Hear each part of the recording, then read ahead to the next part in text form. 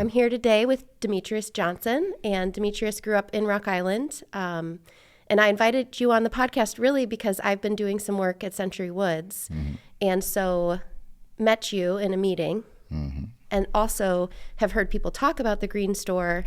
And as I've been in the area, I've driven by it, and you got to come in.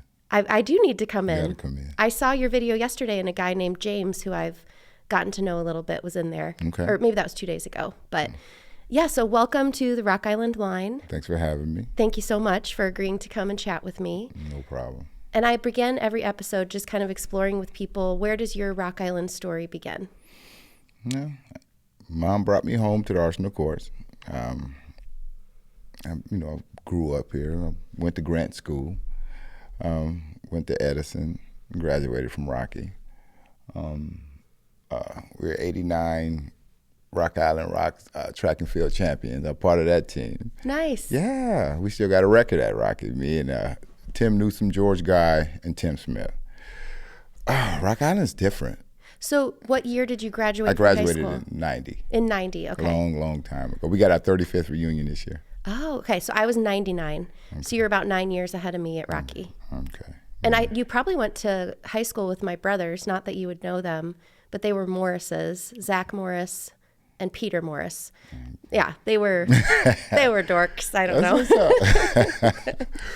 But yeah, Rock Island's a different place. Growing up in Rock Island, as a kid, we were really kids. It's different now. We played outside, tackled a man, got dirty, made slingshots, and the Arsenal courts was a big family. I ended up moving out of the courts probably when I was about 5 or 6, and I moved 2 blocks away. So it was just easy to go back and hang out with my old friends. So yeah, we all started hanging out and going to the Green Store and buying candy and stuff. And there's an old guy named Cleo used to work there, big Italian looking guy, man, hairy arms and all that. And we were all little kids. He was huge then. And yeah, I hear stories about Cleo, how he used to help people out back in the days because you needed, it's a low income area. So he helped people out. And then after that, my Uncle Melvin bought it. And then his brother bought it off of him. And then I ended up, getting it. But Rock Island is Was Cleo the first person to? You know what? I heard somebody had it before him. As a matter of fact, I had a guy came in about a week or so ago and said he used to work there. He used to work for Cleo and his wife. But I put a video out, and I got so much feedback. And I had somebody said they knew the previous owner before Cleo. And I was like, wow. So it's been around for 50 plus years. Wow. I know. Is it called the Green Store because the building is green? We called it the Green Store. I just officially named it the Green Store when I bought it. Oh, so okay. it was called Ghetto Lanes. And then I want to say it was Quick's Corner. And then it was like the Bomb Convenience Store. But nobody called it by its name. It's always been the Green Store. So I officially named it the Green Store. Oh, funny. So it had all these different names, but unofficially everybody referred to it as the Green Store? They referred to it by its nickname. That's the nickname, the Green Store. Is it because the siding is green? Because it's a green house on the corner. Yeah. It's green. So when I get it refurbished, and I'm going to make sure I keep it green. Yeah, I like that. It does stand out. I mean, it's a pretty color, and that makes sense. Yeah. Yeah, so it went through these different owners, and when did you buy it? About a year ago, I think in June. Okay. Of last year. And I think I fully took over in November, and getting a chance to know the people. The people are good people down there, So maybe we'll come back to that, but Go ahead. Going back to childhood, you said then it was called Arsenal Courts. It was probably, let's see, I was born in 80, so you were probably born in like 70 or something. 72. 72. So in the 70s, I think the city of Rock Island still owned the buildings, maybe. My understanding that it was an apartment complex for the people that worked on the Arsenal way back in the day. Yep. And I don't know who owned it back then. I have no idea. But it was a great childhood. It was. It was a great childhood. I can't see how these kids do it today, but back then we played, and it's different. We played. We caught snakes. I'm saying we did everything that a child could do back in the days. And when the street lights came home, we came home and we had to be in the house. But yeah, we had. So at that time, there would have been more like 350 units because they condensed it in the. I think it's like 240 or something like that now. Yeah. Yep, but it used to be bigger. It was a little. There were more buildings in between the green space, and so you remember just being able to go outside and play. We'd play football. We'd get out there and they have a grass patch. We'd play tackle the man. I had cousins down there. See, I'm go back a little far. Back in my child, my grandmother had 11 kids. So out of her 11 kids, each one of them at least had 4. Mm-hmm. So I had the biggest family in Rock Island. It was the Johnsons, the Gays, the VCs, and you know, when we were really big family. So when we went down there, I mean, when we hung out, you know, it was a bunch of us anyway, and then everybody. It's those hard. are some Rock Island powerhouse names right there. Families. Yeah, big families in Rock Island. So yeah, we had a bunch of us. So when we didn't have friends, we had family. So yeah, and we were all a lot of us were living in Arsenal Course at that time. Yeah, so you got to go outside, run around, and the whole community kept an eye on you or watched you. Well, yeah, it was a family. It was a village down there. Mm-hmm. Yeah, and that was Rock Island period, not just the course. You know, neighborhood, you know, my grandmother lived on 14th and a half Street and around it. Everybody looked out for each other. So yeah, it was Rock Island was a nice place to grow up in the 70s and 80s. Yeah. Yeah. So who is your grandma? My grandma's name was Callie Silas. Okay. My grandfather was Melvin Silas, and my other grandfather was Fred Johnson. And my grandmother probably was first her family on 14th and a half, when they moved on 14th and a half, was the first black family on 14th and a half Street. Wow. Yeah. Yeah. She has a name a lot bigger than mine. Her name is stronger than mine. She was something special back in the day. Do you know what brought your family to Rock Island? Do you know your ancestry history? My grandmother's from Arkansas and my grandfather's from Louisville, Mississippi. So they came from the South. Do you know around when? Don't know. Mm-hmm. I don't know. I have no idea how old they were when they came here. I know my grandfather was one of my grandfathers was in his early 20s when he got down here. So, but yeah, I'm not sure. Did they teach you about their history and? No, my grandma was a classy woman. So it was she just led by example. Yeah. You seen somebody that was hustling and making things happen when all her kids, the house was nice. She kept it clean. She had a white living room, white furniture, white carpet, all that stuff. It was beautiful. You know, she had a lot of stuff going on. So yeah, she showed us a lot of class. My grandfather was a hard worker. Both of my grandfathers were hard workers. And you know, with a big family, you get the good, the bad, and the ugly. So I got a chance to see it all. Mm-hmm. Were you close to Anthony Gay at all? I knew him. Okay. I wasn't close with him, but I did know him. And once he got out, we had a conversation, yeah. Yeah, I helped him start a nonprofit a few years ago before he passed away, because he was out for a brief time and then went back to jail. And we kind of had a friendship and, you know, would write letters and stuff when he was incarcerated. Right. But he was really trying to start a nonprofit, helping people understand their rights when interacting with like law enforcement, and very interesting guy. He was a very interesting guy. But big family, lots of relatives. I have a niece. I have three nieces that are gays. My brother has a daughter with Keena Gay. Three daughters, I'm sorry, with Keena Gay. So yeah, all our families are kind of entwined. Yeah. In Rock Island. Yeah, and just giant names in Rock Island. I mean, kind of synonymous with Rock Island. So Nikki Gay and I played basketball together, and I love Nikki dearly. You play basketball for Rocky? Yeah. That's what's up. Yeah. We had like the best record until maybe a few years ago. Somebody tied with us. So you like me? You had these old records at the school. You're trying to keep. Mine is 35 years. I'm trying to hold on to it. Right? Wow. Yeah. That's amazing. Yeah. That's amazing. So childhood was good. Great. Great. I mean, you know, dealing with the people and all that. I mean, we had our ups and downs, but to be honest, I wouldn't have traded for the world. You know, it helped me grow. helped me learn. It taught me how to, it was normal. When it comes down to hanging out with your friends and stuff, there was some crazy stuff. Teenage years were rocky, all right? But we're talking about, from 5 to about 9, 10 years old. It was fun. It was really fun. So from childhood until you get to be, what happens to boys and young men as they start to get into like junior high, high school, start thinking about their identity and their self-worth and self-esteem? You're not a kid anymore. What was it like to be a young man in Rock Island? Pressure.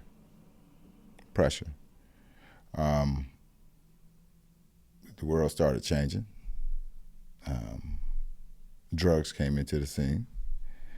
The have-nots won it. And the elders started losing control. And that's what, I think that's what happened to the world, in the 90s. We got music, we got pressure. And that changed a lot in everybody's lives. So you get to the point, you embrace it or you fight it. And I think those that embrace it took the wrong path. And but you had to go through it. You had to go through it. I didn't come from, having a big family, and I've seen what a lot of this stuff did to people, and I've seen people at their lowest points. And I've seen people feeling good about things that now you look at it in hindsight that you shouldn't feel good about. A way of living. What do you mean? Can you say more about that? Well, we all had our time when we all made decisions that we regret, and just doing things that and just like now, when you make a decision, you do things that you got, it's like the cartoons. You got the devil and the angel on your shoulder, and we always have that, and it's our conscience, or it's that little voice inside your head, like I shouldn't eat that. And back in the day when you were a kid, you still hear those same voices. And when you make a decision, you got to live with it. So yeah, we're not proud. People are not proud of the road we chose to go down, especially in Rock Island in the 90s. Mm-hmm. But you live and you learn. I became a father, and that changed it a lot. So I'm going to try to reflect back what you're saying with my own little spin on it. So you tell me if I'm on track or off track. But I will. In childhood, when you're little, you're just existing. You get to be, you're not really aware of the bigger, you're kind of in a little fishbowl. Right. And it's your normal. And there's love and joy and goodness. Mm-hmm. And you're running around with your friends and you're looking up to your grandparents. But something happens. There's an age where people become more aware of maybe larger systems through music, television, even just going to junior high or high school and seeing that, the world is bigger than my neighborhood. And now that I'm in that bigger world, this is me making this up. But what I've noticed living in Rock Island is something might get reflected back to you that now all of a sudden, all that goodness isn't feeling good enough anymore. Well, people, you understand, you see things. When we moved from a couple blocks from the course to 9th and a half Street in Rock Island, where my mother lives now. And when you get up older, you start to see things. If it's not your problems, you see other people's problems. Mm-hmm. You see things. It's just not entertainment anymore. Things become real. And I think that when you are a young adult, when you start, and they see it more now because it's more accessible. The things that we see now, we couldn't see on TV when we were kids. They just put it all out there now, and they want you to fight against the system or fight against social media or whatever. I got a son right now. I just took everything away because my parents had to fight against the elements, meaning my peers, music, girls, or whatever, drugs or whatever we had to go. Those are the elements to me. And they had to fight to try to keep control of me, and it was hard. Yeah. And they didn't win. I had to go ahead and just go bump my head and learn. They didn't win. And I'm going through the same thing with my kids now. And having this 13-year-old child right now and thinking about me, and we're talking about when things start to change, you're like, what happens with a teenager at one point? I see it happening with him. Yeah. And it's like 10 times worse than what it was with me. Yeah. And it's 10 times better also when it was with me. Why? Because he has to fight with the elements, just like I did. But he has a me, and I didn't have a me. So he has somebody that understands. He has somebody that's going to fight it right along with him. And then I will have to show him that tough love, and I'll let him know the things that you think are important aren't important. You know, so when I take that away, now it's going to be that conversation with your mom and dad. It's important because you don't have a phone anymore. Yeah. But you want to communicate. You want to talk. So now you got to talk to the people that are making you. I got to understand who you are. So back then, we didn't have parents that took out that time. Didn't understand because they had to go through their own thing. The world was changing. And we just didn't have those mentors. So I started, I didn't have it. Parents were just different then. Like, now I feel like we do talk to our kids more. I feel like parents then didn't really play with us or talk to you about your feelings and stuff the way that maybe we do as parents this generation. I know, right? You kind of were left to your own devices a little bit. Yeah, you had to learn things on your own. And then you just had to, because I told you so back then. Mm-hmm. You know, why? Because I told you. We didn't get an explanation. I always asked questions. So that was one of my problems, why I bumped heads with my parents a lot. You know. I mean, I think because I have she's 12 and a 14-year-old, and they're girls, which is different. It's different. Boys have a lot harder time in today's world than girls in some ways. Some ways. I mean, girls are more mature than boys. Yeah. Yeah. And I think school is harder for boys because they want to move and bump into things, and it's harder for them stereotyping, but to sit still and right. You're right. You know, they want to, even my son, when he was little, he would just run his body into the couch over and over again just to feel him hit something, you know?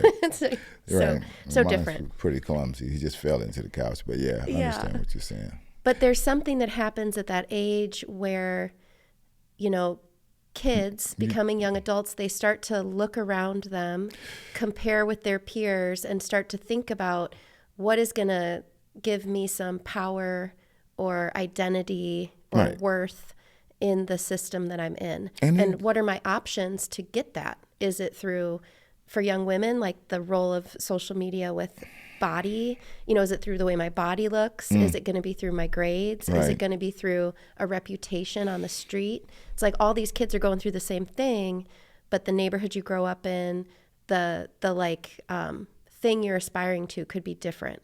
So if you think about when we were that age, what do you think you were aspiring to when you started to have this awareness of like, where do I sit in the big picture? Who am I? What do I need in order to be good and powerful and have status? And because we're all doing that. See, the good thing is what we had, and I always tell my wife, my biggest role model was Cliff Huxtable. I watched the Cosby Show every Thursday night. So that life is what I wanted. I dreamed for that. Like, even though I took the path that I took, I ended up getting what I wanted. I had an economics class at Rocky, and I wrote down my wife, 5 kids, nice life, you know, and all that. And I got that. And I thought about it when I, you know, not too long ago, a few years back, I thought about it. I'm like, whoa, I wrote that down. So at that time in my life, I knew what I wanted. And like I said, there was things in my way. I went to college. Didn't do the best in college. You know, I went to college for a year or so, and I didn't get anything out of it. I wasn't focused. I didn't have that anybody pushing me. If Bill Cosby really was my dad, it'd probably be different. But then again, if you watch the Cosby Show, these kids went their own direction too. There was kids that dropped out of college. There was kids that, you know, that got married and had to move back home and so on and so forth. So life is different. You can want it. And I'm pretty sure a lot of people start off really wanting the best. Yeah. And then find out that you really have to be dedicated and have to work for it to get it. Yeah. And the work ethic comes into play then. And if you don't have the work ethic or the dedication, it won't happen. What was attractive about the Cosby, the set? Was it the I watch it the now. security? Was it the love? Was it the intact family? It's how life should have been. It's how life, it's the life that I thought everybody should have the opportunity to have. How the parents dealt with the kids, and how the husband and wife had a great relationship. Mm-hmm. You know, how the friends came through and everybody interacted. You know, you didn't just bring the kid over to the house. They had to come through, dad sitting on the couch, you had to meet dad, so on and so forth. And this is how I raised my kids. Mm.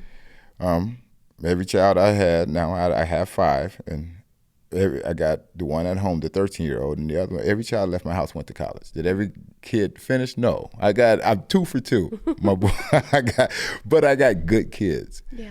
You know, and that's because what we put into them, they're going to give back. And so, yeah, to get back on topic, my outlook in life was to be similar to who I am now. But now that I am who I am now, we still set goals. We still write down. I write down a lot more now because I was like, well, I need to keep doing that. It worked once. It can continue to work. That's worked for me too. Just having a notebook where you start to think about what do I want things to look like a year from now or 5 years from now. I do think that is like manifesting. It is. I think that actually probably. Oh, it works. Yeah. I'm going to tell you, it worked for me. I'm going to tell you it works. Yeah. I do it. I'm on a 5-year plan now. So, yeah, and I'm going through it. And a lot of things, a lot of doors open up. I think being authentic, being yourself, you know, and really dedicating yourself, you know, just putting yourself, and it's not a dedication to a craft. It's dedicating yourself to be a better person. Mm. And that does wonders. Because, you know, people get up and them go to the gym or they do this and they work hard at the job. But if you really internalize it and say, you know what, I'm just going to be the best person I can be. Everything else falls into place because you're going to do what you're supposed to do because that's what good people do. What does it mean for you to be a good person?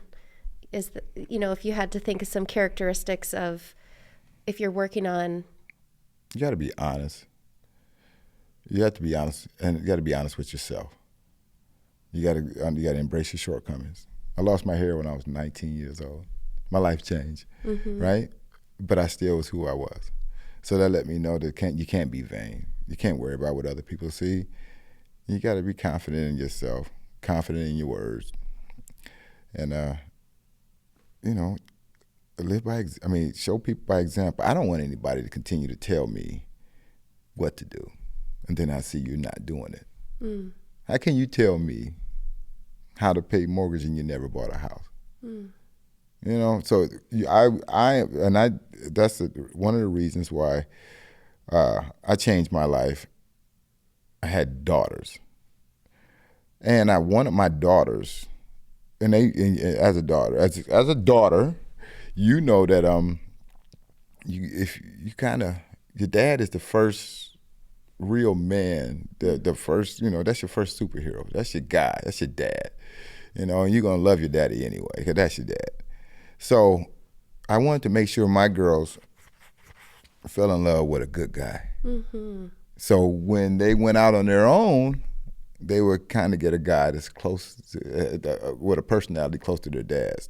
Somebody with some sort of values, you know, and the only way I can tell them to do it. I mean, my daughter she would call me, and she was, you know, Daddy, he this and he's doing that and he's doing this and he's got me, man. I'm like, yeah. How old is he, babe? She said, oh, he's 26 years old, Daddy. I said, yeah, a lot better than your daddy at 26. Mm.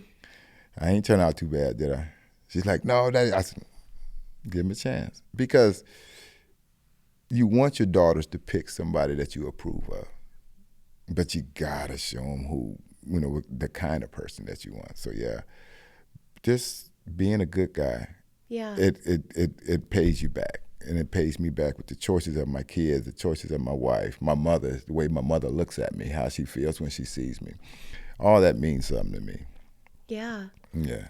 So it sounds like you really focused on being present with your kids, talking to them, having conversations. I've changed a lot. Okay, so what you said that, like, when did your life kind of turn around? You said you... I started, I had elderly people like me, you know, so I would go visit. There was, you know, I called her Grandma Chris. Her name was Chris Pearson, J.C. Pearson, old lady. When I was a baby, and I kept her all the way to high school, her name was Miss Davis. I mean, I got these people, these elderly people that believed in me. You know, so I've always had that soft heart, and I feel a certain way towards me. And there's a handful more. I can't name everybody. I had teachers, coaches. I had people that, you know, when I think my family thought that I was really going down the wrong path and wasn't going to make it, I had other people jump in and say, "Oh, you're going to be okay." You know, so. Was it mostly, when you say the wrong path, was it mostly like drugs? Are you talking about the wrong path in terms of addiction? Path. You know, no. The wrong path is maybe all of the above. Yeah. You know what I'm saying? You can say that, all of the above, because when you are growing up in an urban area, and you try everything. You try everything. A lot of guys do, and that's the weak. That's the weak ones, and that's me. I was one of the weak ones. You try everything. You hustle. You might see what this high feel like, or, you know, you try everything. This is real life. This is not somebody that you don't go through life without bumping your head. So when you're going down the wrong path, you never know, and that's a parent's biggest fear. Yeah. Say you try it and you like it too much. Now you're addicted to whatever it is. You're addicted to hustling. You're addicted to drugs. You're addicted to sex. You're addicted to food. You know, anything that you get addicted to, you overdo, it's going to become a vice, and it's going to make your life harder. And that's, as a parent and as one of the elders, you look at the kids and you just don't want that kind of life for them. So once they start seeing that, they got scared, even before it happened. My stepfather, Lloyd Quick, I've never seen him cry but one time. And when I dropped out of college, and I told him, I went over there and I seen I dropped out of college, and he cried. I'm like, "Man, what's wrong with you?" You know, he knew where I was headed, and he didn't want me to go down that path. You know, you had a shot, young man, and then you're blowing your shot. You know, and I understood it, you know, later in life, but yeah, right then and there. I seen because my stepfather raised me from 2 years old, and right then and there, I seen probably one of the strongest people I ever met. Heartbreak. Yeah. Right. Because he wanted something for you. He wanted something for you, and that's, you know. So when I tell you that when they start seeing me go down the wrong path, it's not. I was, you know, I was. It was at the beginning. And then you get to a certain age, because I got kids that are in their 20s and 30s. They got to let you go.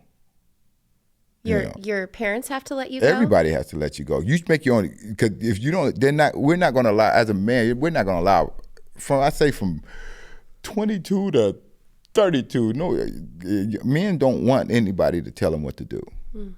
They don't want to listen. A lot of men and women, but majority of men, my boys, but when they got in trouble, they called me and they would ask for advice.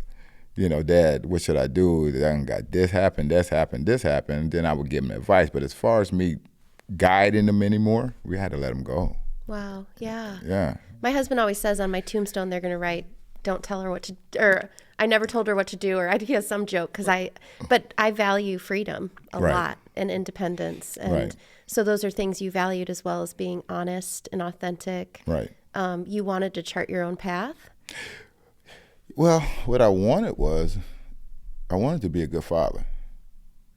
And I had my son when I was 19 years old, and his mom was great as far as sharing him with me. And then when he became 9 years old, she let me raise him. So I raised him. This is, something that you can't get a mother to do. And she's a good girl. She was a good girl. You know, she just knew that, okay, he needed a father, you know, and I can do good for him. So once I got that responsibility of being somebody's Superman, I started changing. Yeah. So I didn't change fast. by the time you're 26, 27, 28, things are starting to kind of turn around? Me and my wife got together when I was around 27 years old. So yeah.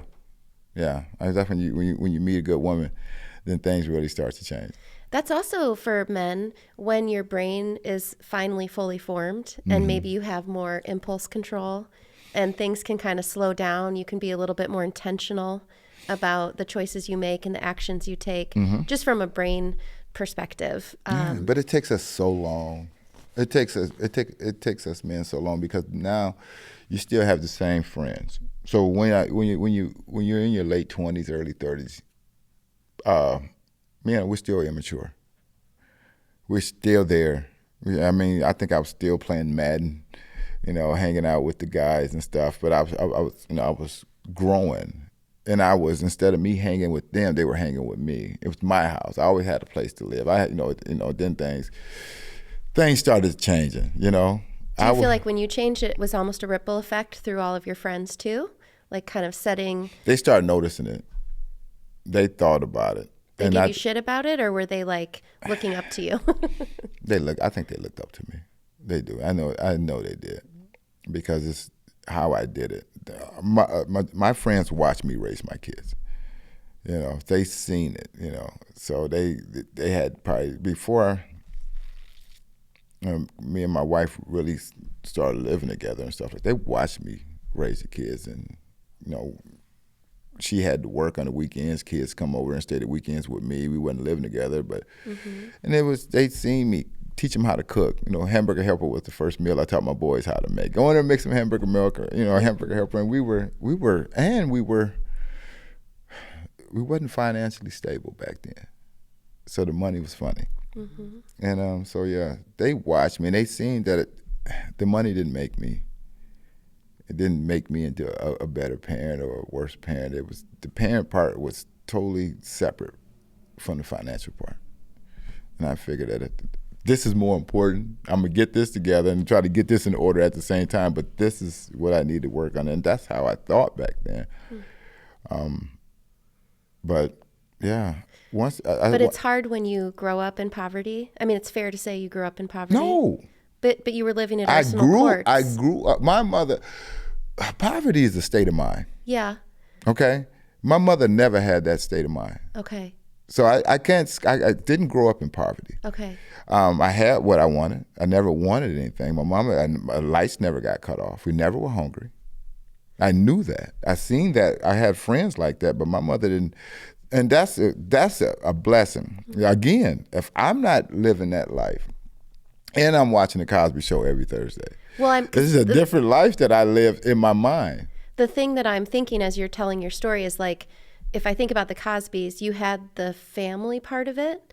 So you were starting to build the family part of it, the interconnectedness, the relationships, the being present for your children. But the money part of it was harder to... That was with everybody. I mean, the money part came when I stopped trying to do anything illegal, right? And but I think young kids do the illegal stuff, and maybe correct me where I'm wrong, but because we all have aspirations, and in America, money is kind of the ticket to dreams, or it's sold that way. Right. That in order to be somebody in this country, you're going to have money, and so if you look at the paths laid out before you, and you want the Huxtable lifestyle, you can do the family part, that's free. But the other part of it, his fancy house and the stuff he can give his kids. Education and money. That takes money. That all takes money. And that kids without the path to that comes more naturally. Now I'm a kid who also grew up in Rock Island, very privileged. So I saw this from the other side of it. I saw kids just as smart as me, just as talented as me. Our paths kind of diverged, and I grew up with money, and it unlocks doors for you, and it makes it easier. Like I had a path to prosperity, and I think for a lot of kids in Rock Island, what I saw was there was not like a for sure path to prosperity, and that's where I would see kids my age get into something funny on the side because they wanted that dream too. And so they would go this alternate route to get it. Right. And so in my mind, I'm always That's like, my route. That was my route. It was the alternate route to get it, and it was like I said,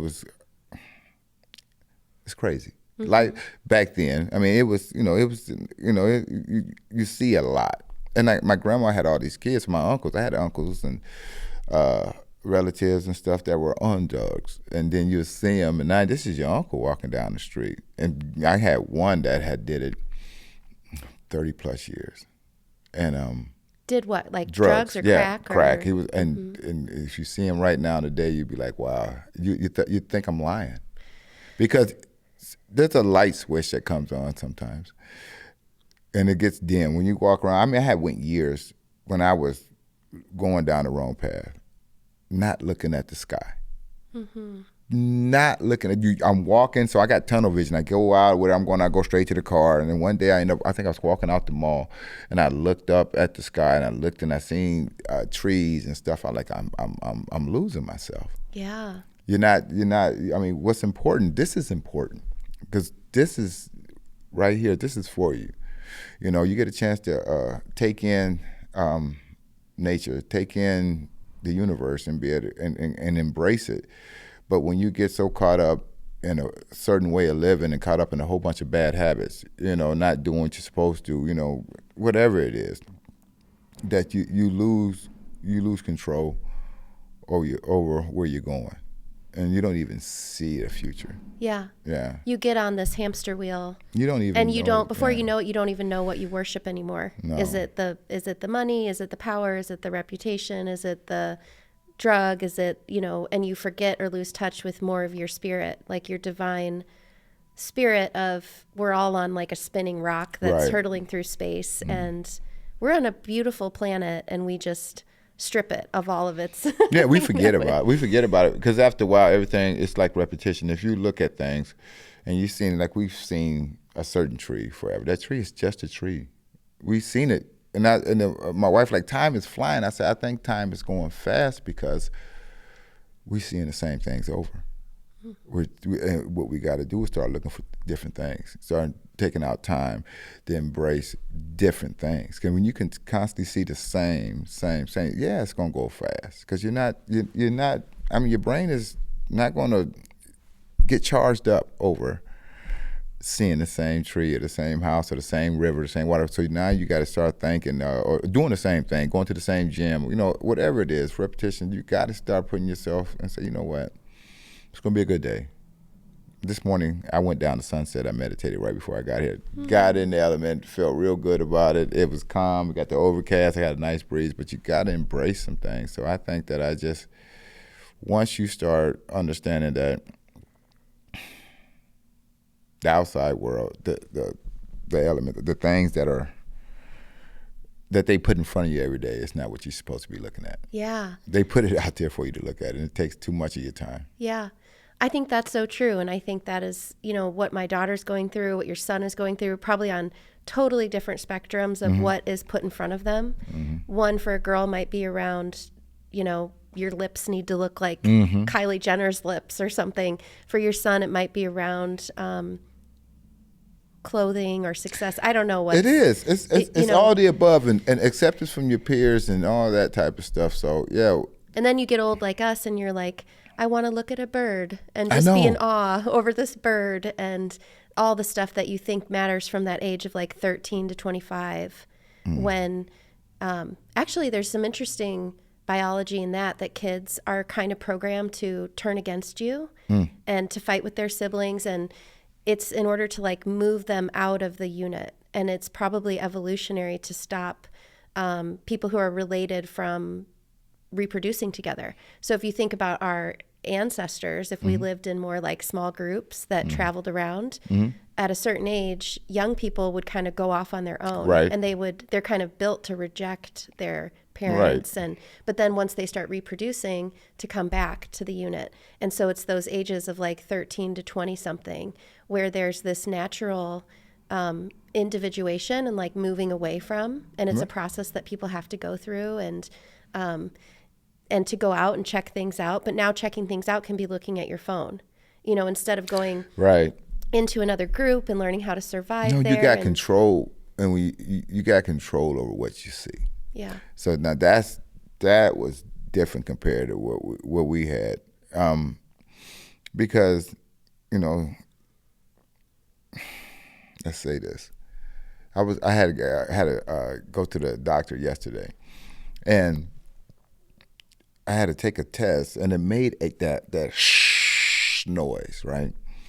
And I'm listening. My son is sitting over there. He went with me, and there was an older lady that was running the test. I said, that sounds like at the end of the night when I was a kid that the station was over it, and it was just that shh. Mm-hmm. And I said, but he would never know anything about that. Meaning, to get back on it's what I'm saying, we had no control. The TV went off at a certain time. Mm-hmm. The TV never goes off for these kids now. They always got access to entertainment. And that was in it for us. That was it. You can pull out a board game if you want to, if you were up late or whatever. But some stations were done. And now these guys got access to information, and now you got to tell them kind of what's entertaining. And some people find, the fight videos or whatever like that, you got to pick. I tell myself, and I told my kids, you got to make your own world. You make your own world. So that means you deal with the people that you want to deal with. You read the things that you want to read. Don't let them push it. I don't watch the news. I do not watch the news at all. I don't. And it's not, I just, because I understand that we all have problems. And what the news is other people's problems. Yeah. And I'm praying for them. But I got to focus on me. I can't not worry about what's going on with Donald Trump, Puff Daddy, whoever else they got going on right now. I just know that Demetrius Johnson, Chanda Johnson, and these kids that we have, we got to be taking care of them, living by example. Now, down here with our business, this is our second business. We had a group fitness called Nothing to Lose Fitness in Beddendorf. Oh, cool. Me and my wife. And it's just us focusing on different projects and doing things, but you gotta block out the world if you want to focus on yourself and get some things accomplished, like you're doing now with your podcast. You got to get some you time and focus on what you want going on. Part of doing this was actually kind of feeling so powerless at the national level. And every time you turn on the news, it's just a horror story. Yeah, I can't do it. But that in your own community, it's probably most powerful within your own body to not be at war, to find peace within yourself of different parts. Like you said, you have the angel and the devil. And, so first we've got to figure this out. And then it's, how am I going to be with my partner, and then with my children, and then with my neighborhood. There you go. And that we are a ripple effect. Like the human heart, the smallest first cell in it is just replicated over and over again. Right. Or the smallest pattern in a tree leaf is replicated. So if probably the best thing we could all do is find peace in our own bodies, and then the world would magically be better. I don't know. No, but doing this helped me, because it's we can't control everything going on, but maybe there's some piece of Rock Island or in my own community to feel some You can certain control way. you. That's it. Yeah. You control you, but like I said, what you put out there is what you're going to get back. So if you can say all the nicest words and to an individual, but if your heart's not in it and you're thinking in your mind that they're not going to make it, they're nobody, you're going to get that energy back. Yeah. You're going to get it back. And even though you say, I want this podcast to be the best podcast, I want you to enjoy it and all this, and all the time I'm thinking, this is a waste of time. But that energy comes back because you can't hide it. Energy is something that you can't hide. Just because you say things. Words are powerful. Don't get me wrong. But this right here forms the words. So the way you think and how you feel is a lot more powerful than the words that come out of your mouth. Because this forms the words, then it comes out. You get a chance to say those words 10 times in your head. If you say right now that it's going to be a good day, it's going to be a good day, it's going to be a good day, out loud, fine. You can say the same thing without opening your mouth. It sounds the same, right? Yeah. Or I tell my buddy, this is the power of the mind with me too. I tell my buddy, he lost his son. And he's missing his son. He's going through something. And he had told me, I said, listen, close your eyes and say something that your son would say to you in your mind. And he did. I said, was it in your voice or was it in his voice? He said it was in his voice. That's how powerful your mind is. You're never stop hearing your son's voice. You can do it. I hear my grandfather screaming in my head all the time. I just love to hear him scream all the time. But if I want that feeling, I can get it. So you can go strong. It goes deeper, you know what I'm saying, in these words. So, and that's the energy that I want back. I want to be able to, if I am having a horrible day, I want to have a conversation with my grandmother or my grandfather, somebody in my head, and hear that voice and like tell you, baby, it's going to be okay.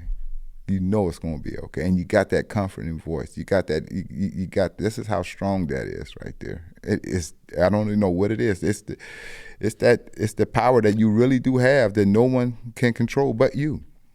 So your thoughts. So make sure you think the right things, and it'll come out. Did you learn that somewhere, or did you kind of make that up, like what you shared with your friend? No. Did that just kind of come to you? I don't know, over 5 years ago, I told the story to my wife and a few other people. My mother had COVID when COVID was bad, and she was on the ventilator. And we couldn't get in the hospital. My sister came from Atlanta. I got a sister who lives in Atlanta. She came from Atlanta, and we sat out of the room every day, and it was a group of us, you know. And it's a intensive care unit up there at Rock Island Hospital. And I remember I lost it when they had first called me from the hospital, like they're gonna have to do it. And I had to tell my mom they're gonna have to put you under for a little while, Mom. You're gonna be okay and all that. So I go down to Sunset. And that's where I go when I want to feel better. You know, it's a good place for me. And I go down and I'm screaming and yelling and screaming and yelling. And I'm like, no, my mama. And I remember asking God, calm me down. Calm me down. And it was like, you know, and I was like, literally calmed me down to the point that I was like, okay. And I knew what I said, and you know what everybody would say, man. Don't take my mama now. I'll be better. I'll do better. Mm-hmm. And at that point, when I got that calmness, I was different. And it wasn't no spiritual awakening or nothing like that. It was just, I was different. I was like, okay, all right, if I lose her, I'm good. If I got her, I'm blessed. But I'm ready for it all now. He calmed me down and told me. So from that point forward, my approach to things was to keep a calm, peaceful mind and think about it. And then different things started opening up for me, just like you said, with me believing what's this, how powerful my mind is, and that right there showed me right there. So I don't know, it was something. Then I started just thinking and doing things different, doing research. You know, I want to know about the third eye. I don't know if it's all true. It's so much that information. So my social media became educational for me from that point forward. And I was happy that I had my mom, and I knew that if I wanted different things in life, I had to be a different person. I wasn't a bad guy 5 years ago, but I was still, I still had things that I didn't get over. I still had childhood issues. There were things that you have to get out of your mind. Your mother ever say anything to you, and she's always said it, and when she said it, it pushes your button. Mm-hmm. Mm-hmm. You know. And I had a cousin right now. Yeah, he's into it with his mom, and I say, listen, man, you have to change. If you want a better relationship with people, you have to change. So my mama say some things I probably would upset me. Not much now, because we got the best relationship ever now. That's my baby. But it used to be to the point that I would get mad. But now I give it a day or two, and I call my mom up like, what did you eat last night? Or what do you got planned for today? Or what's going on? Or, whatever. I don't hold that. It's, I don't. It's more important to have a relationship with her than it is to be upset with her. Yeah, I had a pastor on a couple episodes ago, and talking about spirituality and God, and we talked about some of that stuff, and it made me reflect on my spirituality as an adult. Really came out of getting sober. So I've been in recovery for 14 years. Okay. And I worked a program to help me, and it was like exactly what you're talking about, where a life run on self-will and just thinking about yourself in this kind of, what bad thing happened to me, or who am I upset with, or what grudge do I have, or it keeps you really sick. And that through this program, it's anonymous, but you work these steps that kind of help you to like pull accountability towards yourself. And they really highlight that, it all goes back to yourself. You can't control anyone. You cannot control people, places, and things. And you do kind of an inventory of your own behaviors, and then you try to make amends with people that maybe you've harbored anger, resentment, and therapy can be helpful, and spirituality is helpful. And but what I hear you saying, even when you said poverty is a mindset, because it is, and poverty is real for people who can't afford food or, don't have housing. But what I hear you saying is that a meaningful way to live for you has been to be the ultimate one responsible for your own life. It's on you. And maybe with the power or the help of like God or the universe, the ancestors, or whatever you want to call it. But like inviting that in for some support, but then being very accountable to yourself. Right. What it is the support. It's just the way of looking at it. When you say poverty, listen. When you just said poverty is a mindset, and people listen. We were back when we had a recession. Me and my wife, we were broke. Yeah. We were broke. I was trying to sell real estate for rule. If you didn't sell a house, you didn't make any money. Well, who's buying houses in recession? Back in like 2008? Yeah. That was a rough time. Yeah. So what happened, what we doing was, I went to the food pantry. We had to get food, right? And that was cool. I didn't have a problem with that. That was I didn't think it was anything wrong with it. I took my uncle one time, like, man, I said, they're giving away food. I said, well, so I need food. So I started going, I went. But once I got it, and then, once I did it, I turned on other people, my friends that were going through hard times. I'm going through the food pantry. Wow.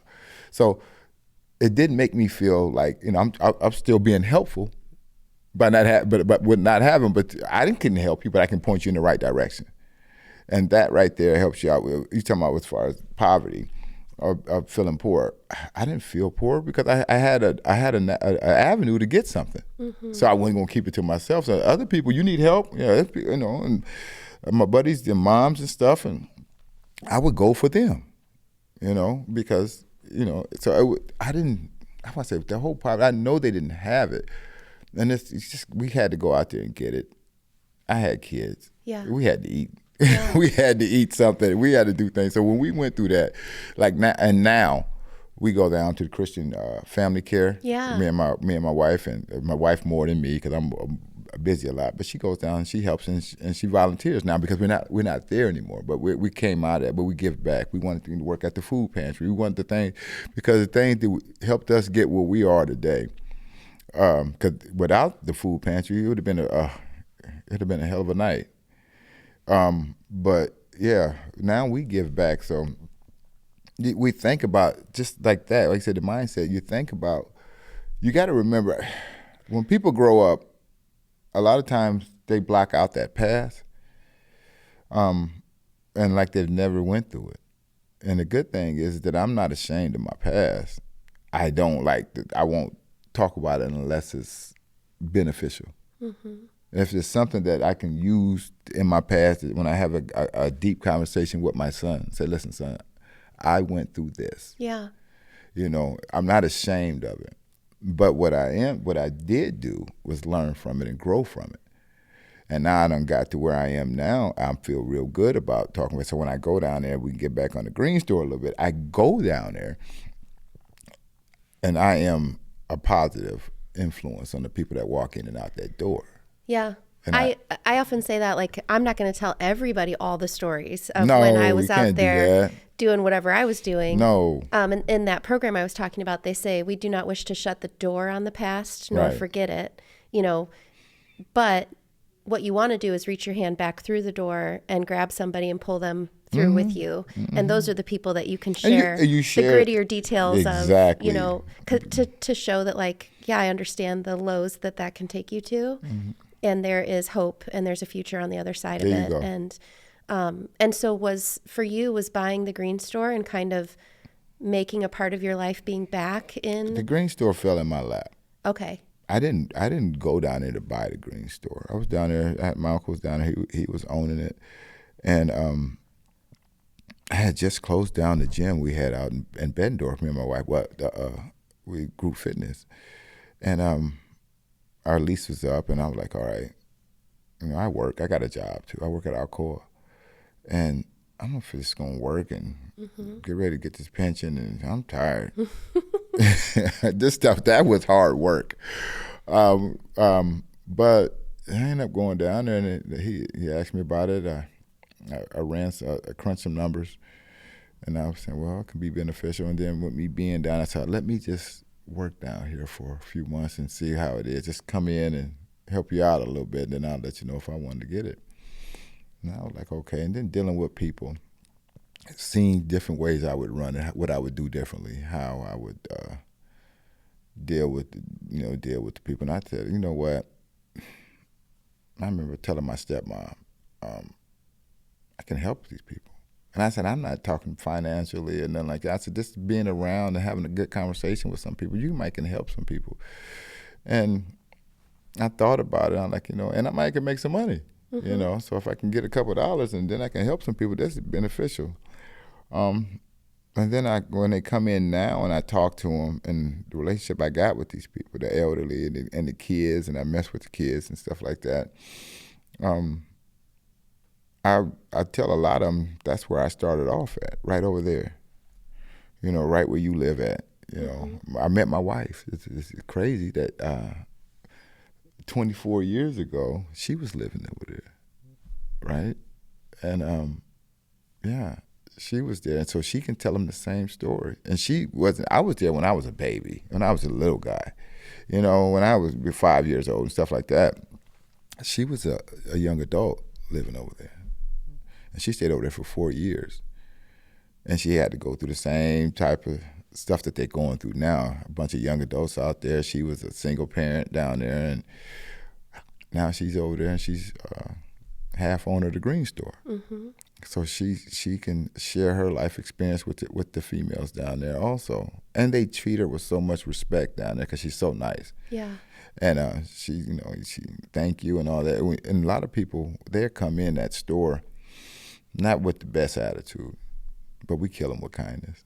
They come in, yes sir, no sir, thank you, appreciate it, anything else you need, so on and so forth. We open the door up, we carry their bags to the doors. It's just what we do. And when they walk out, they say thank you and have a nice day. And that's what I want. It's just the little bit things that come through. And they're open up to you. A lot of the young guys come in, hey man, I got a job interview. That's what's up. Where at? And then we'll talk about that for 20 minutes or whatever. Or hey man, I just proposed to my wife. Proposed to my future wife, my girlfriend. That's what's up. And so we get those kind of conversations. And then, when a lot of times, we help out the elderly people. They come in, they don't have enough. We take care of them too. Just how it's supposed to be now, So you said it fell into your lap, but maybe it was put there for a reason. It's always put there for a reason. But I didn't expect it. But yeah, everything happens for a reason. And you came to that first meeting we had, trying to get a tenants association going. We had Mayor Ashley Harris came, and what motivated you to want to come and be a part of the meeting in the community center for the residents? To be honest, we did serve pizza, but I don't eat pizza. To be honest, Ashley came to the store the day before.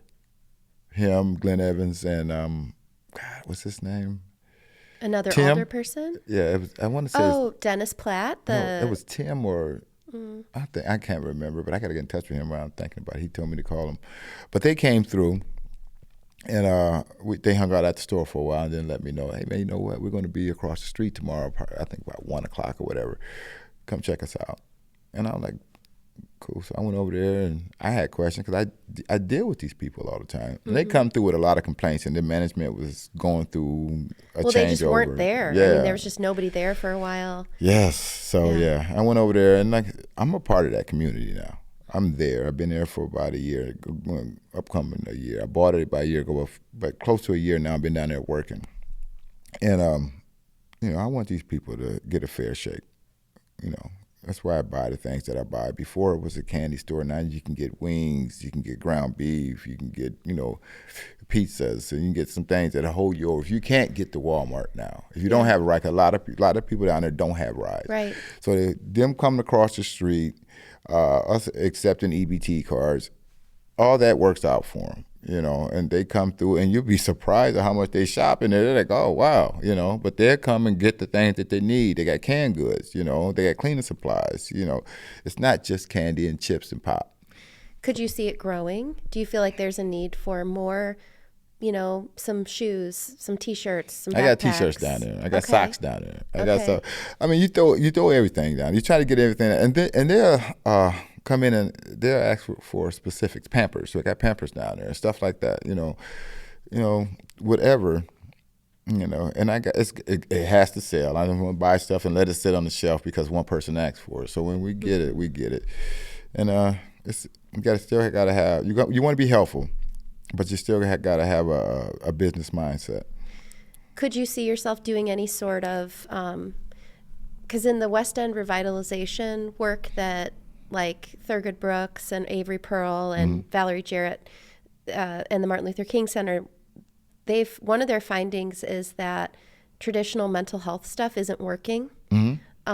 Could you see yourself doing any sort of programming if you had a grant on, maybe fitness or mindset or almost? We had, do you remember JTPA?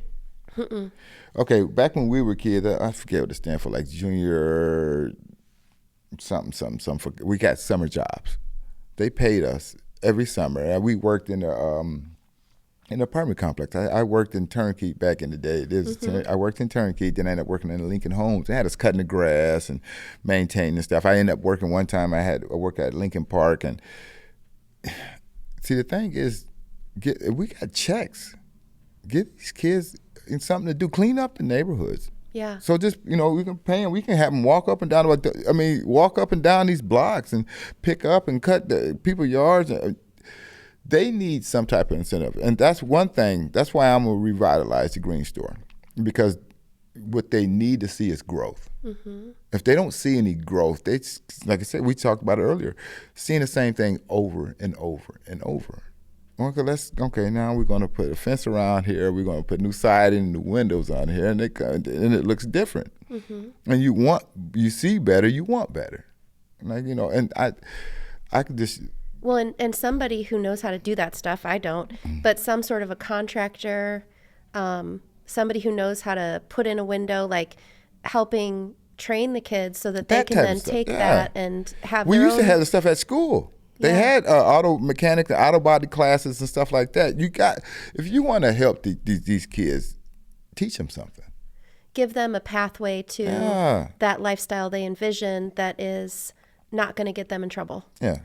Because if there's no pathway that doesn't get you in trouble, they'll find a pathway where it might get you in trouble, because people have pride and desires, and they want better for themselves. And you got to show them. There was a commercial back when I was a kid about I forget the guy's name, and he's working at McDonald's. He was on the steps, and he coming from his job, and everybody was harassing him, but he had a job, and that right there at the end of the commercial, he's working at McDonald's.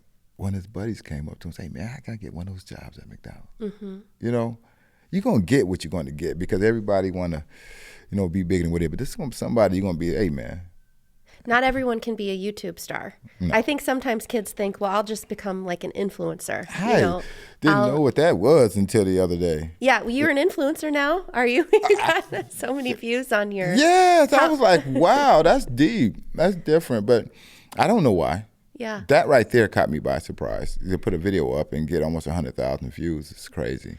I hope you keep that momentum going, because I think...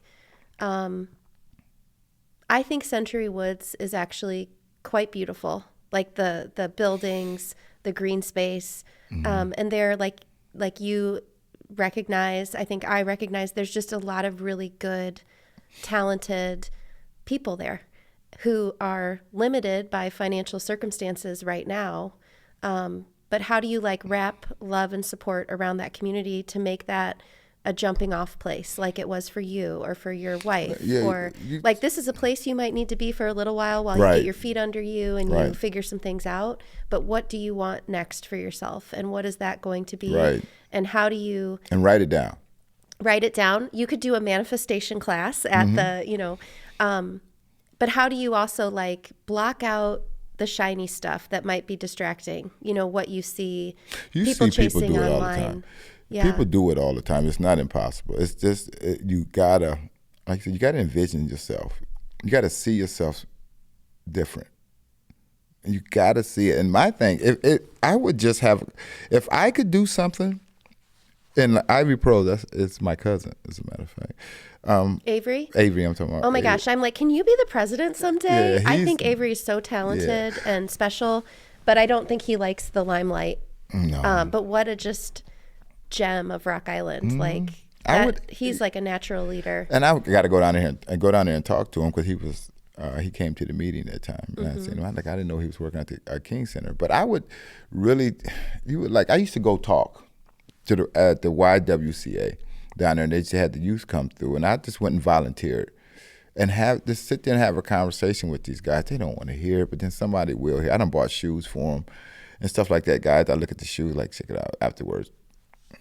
I'll help you get a pair of shoes, and I take them a pair of shoes. But if you let them know that where they are is temporary, and it's everything is temporary, and you can't wake up with the same anger that you went to sleep with. You have to wake up with an open mind and tell yourself, you know what, today's going to be a great day. I'm getting out here. I'm trying to make something happen. And if you make a list and you got a list of 5 things and you get one thing done, that's one thing chalked off. Now tomorrow you got a list of 4 things to get ready. You may need to add some more to that list. So you keep this list going. So you got all these little short-term goals to get done. Get it done. And then once you start getting those things done, then you'll understand that, hey, I'm stronger than what I thought I was. I'm smarter than what I thought I was. I'm more dedicated than what I thought I was. Make your doggone bed. That's what I tell, make your doggone bed. I started doing that a while ago. Me and my wife, we make the bed every morning. And that's the first thing that we accomplished that day. And start, if you write that on your list first, every day, make my bed, then I got to pay the gas bill or whatever. I got to go to the school. But put that on there first so you done check something off already. And that right there is going to give you a little bit of push. Like, man, okay, I'm done with that. Now what? I think it also builds trust with yourself. If you say, I'm going to make my bed, and then you do it, you're telling yourself, I can trust you inside this system. I'm sometimes really bad at that, but I do something similar. It's most important things, MITs. And so if I have a list, I make sure to star 2 or 3 things that like, I have to get these done today. Right. I have 27 things on my list, but if you just focus on that, you can get overwhelmed and kind of shut down. But I'll do my MITs. Get something done. I say do something. You can't do everything in a day, and you can't stress over it. Do what you need to get done, and then have a clear mind. And that's the thing. Just think about, being peaceful. Would you ever put up like posters in the green store, or for what? Kind of like helping share kind of how these models and systems have worked for you, how they've transformed your life for the people who come in to idea. be, so maybe you're sharing. You got to come in there because it's big. It's but you got to see. But that is a good idea. I mean, like quotes or different things. I mean, uplifting things. But you got to come in there and see because I got it kind of full in there with stuff. I would do it. I got stuff up. People come through. They're selling plates for funerals or something like that, or they're having fundraisers for backpacks and something like that. So people will come through and they'll post some stuff up. And the Green Store is always willing to donate something to any cause to help the kids or the community too. So they come through for that too.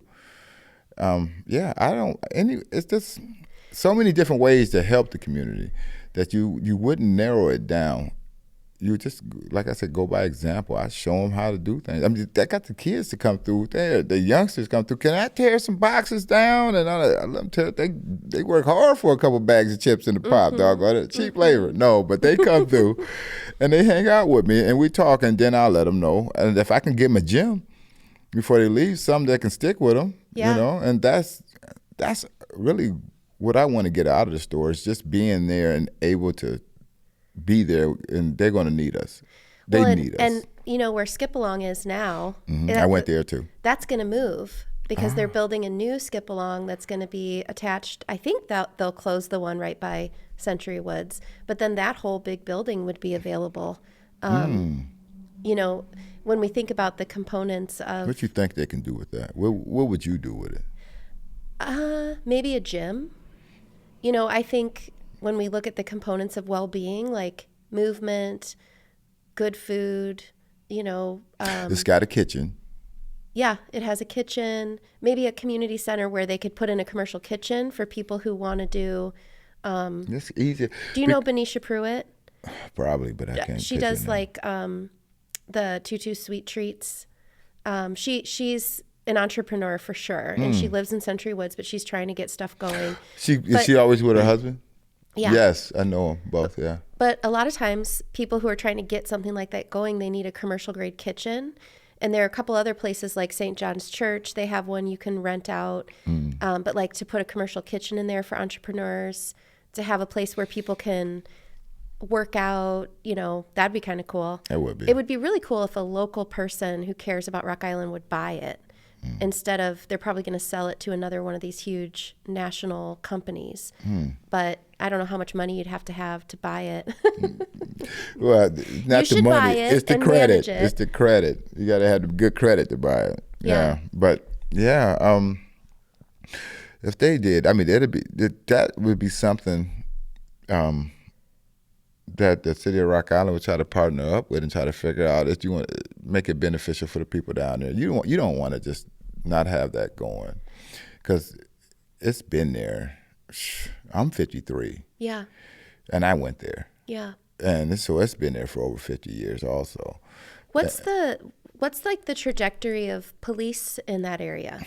You know, do you think that police community relations have gotten My whole thing better about Rock since Island you were- Police is different.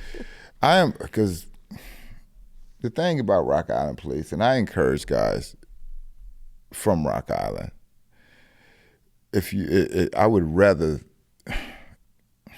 let's say this. When I was a kid, I didn't like them. Well, the 90s were kind of wild. Yeah, but it's like that now, because the thing is this. They ruined, even though the individual made the mistake, the penalty was so harsh for a child, a young child. And then they lost connection with growth. The penalty was, say this. So we go to another community, say on top of the hill. Say it's your community. Say you're a cop, and you're driving, and you end up pulling over a teenager and his friend that you know, and they got pot in the car, right? Now, you're looking at them, you're like, hey, you guys know better than this, all right? But what I'm going to do for you is I'm going to take this pot, guys, and you guys go home, but I do not want you guys doing this. This is a bad decision. Don't be riding around smoking pot and all this and all that. Whatever it is. And they got a break. On the west end of Rock Island, we never got breaks. Mm-hmm. So it was the littlest thing sometimes. I got arrested at Dinkman Park, we used to pack it up back in the days, back in the early 90s. And I got arrested for jaywalking. Mm. The park, we walked back and forth across the street.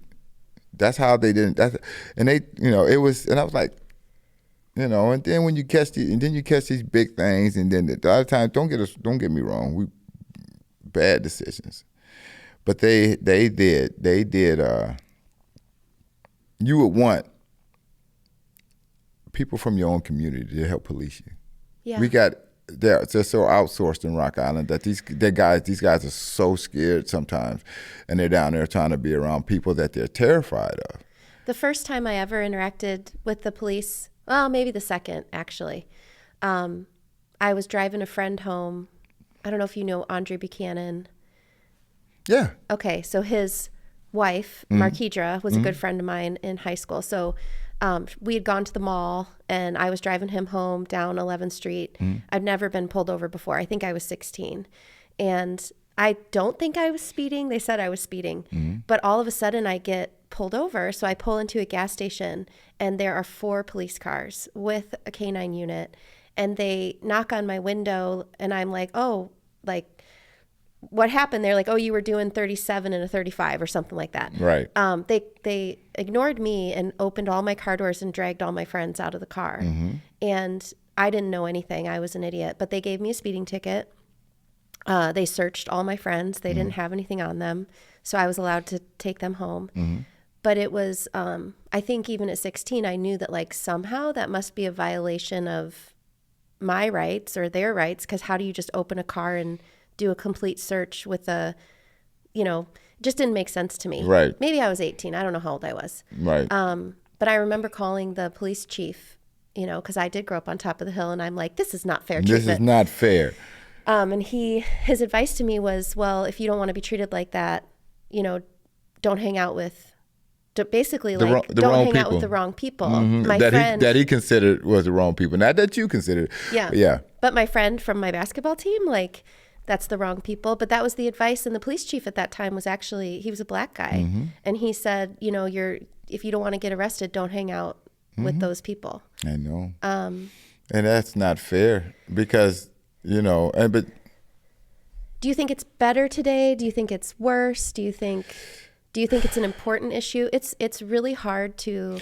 The way I gauge these kids now, I deal with these kids, and I don't have a lot of problems with them at all. They're not really disrespectful at all to me at all, but I do treat them with respect, and they give it right back to me. So I don't know how they treat everybody else, but I close the store at 8:00. Every night. So I don't get the problems that go on. And I get there the next morning sometimes or whatever, somebody will tell me, did you hear what happened? Did you hear what happened? Did you hear what happened? So I don't know everything that's going on. And maybe there's some guys that come down there at night to visit friends or whatever. But I don't know. As far as the police presence, I don't know. I deal with a couple of them. They don't seem... They treat me good now. I'm an old guy now. You know what I'm saying? You got some white hair in your beard. I got my Papa Smurf beard going on. So yeah, I don't know how I would gauge the police in Rock Island now. I don't have a problem out of them, but I don't fit the profile anymore either. Yeah. Yeah, my understanding from residents, some of the frustration is that there aren't working cameras on the property, and that in and of itself would be really helpful. The last meeting I went to, they didn't want you guys. I know. They kicked me out, so I couldn't go. So I went, and I talked to them, and they said they were getting 30 new cameras, and they want to have them spread it out. They got TIF money, is what I understand, that they got to spend. So they're getting 30 new cameras and some to recognize license plates, and they want to have police presence. And I just told them the police presence, just be careful who you put down there. Yeah. Don't put anybody down there. And there's officers from Rock Island, Moline and stuff, and we get along really well. But you want somebody... And you kind of know by name the officers that are adored. And I won't shout them out on this podcast, but the residents really have built trust with. And put them down there. They care for... there's kind of safe police officers who do a good job, who know how to de-escalate. Right. And sometimes I think that is a good point that... I read a study once that said the most, when they studied racism, the people who harbored the most racist views were people who drove through poor areas but never lived in them. Right. And those people had the most kind of fundamental belief systems that were warped because they kind of passed through a place. They had no idea. they don't know the people there. And so I do think that there is something to that idea of having a police force that reflects your community and is close to your community. That probably does matter. And I don't know what they come from all over. These the officers, they what do you say, Monmouth, Bluegrass, I don't know. They come from these towns and they come to Rock Island to go to work. And nothing wrong with that. I work at a place and people come from all over to work.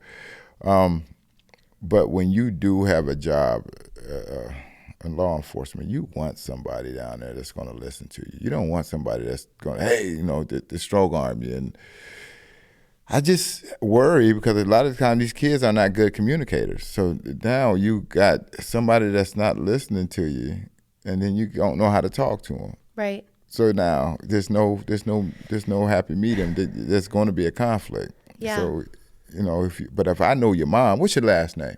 If a cop walks up to you, and something's going on, but you're not going, hey man, don't I know your mom?